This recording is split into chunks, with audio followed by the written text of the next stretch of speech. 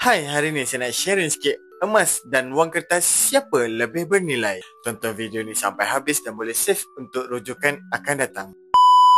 Okey, sekarang kita bincang satu topik penting. Emas lawan wang kertas, siapa lebih bernilai? Kita guna duit kertas hari-hari. Contohnya dalam bentuk wang ringgit, US dollar. Tapi sebenarnya duit kertas ni tak ada nilai.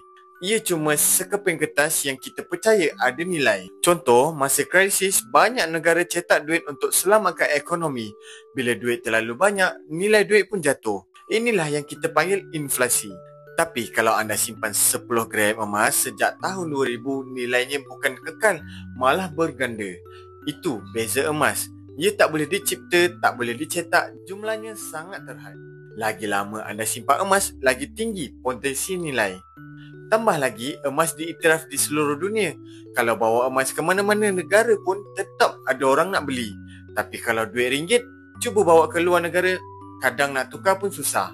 Jadi, siapa yang bernilai? Jelas, emas yang menang. Duit penting ya, tapi jangan simpan semua dalam bentuk tunai. Sebab nilainya makin susut. Makin lama, makin susut.